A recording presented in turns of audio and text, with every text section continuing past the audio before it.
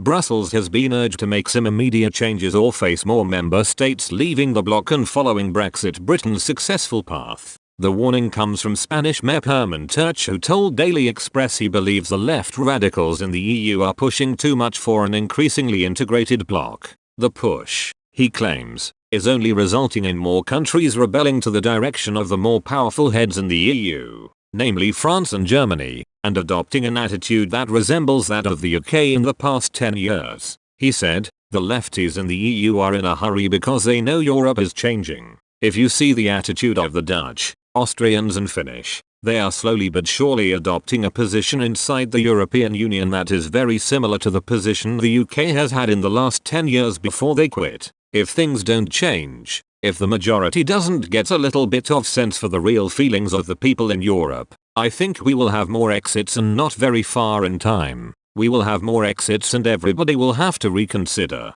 There is no way of bringing to a successful state of equilibrium with the plans they have for a big European state. It won't happen because the national forces are really growing in an opposite direction. The Vox MEP's sentiment was also shared by Danish MEP Peter Kofod, who told Daily Express last month that Brexit has left smaller countries in the EU dealing with school bullies Emmanuel Macron and Angela Merkel. Mr. Kofod, who hopes Denmark will soon join the UK outside the bloc, claimed smaller northern countries in the EU will be forced to pick up the bill for a Franco-German dictated political project. He said, I think another consequence of Brexit is that smaller countries like Denmark, we are stuck with Germany and France making decisions, very important decisions, and we will just have to follow those decisions and pay for them afterwards. He continued, the situation before Brexit was, if you imagine a schoolyard and you have two big bullies, France and Germany, telling all the small kids what to do, and luckily for the smaller kids like Denmark,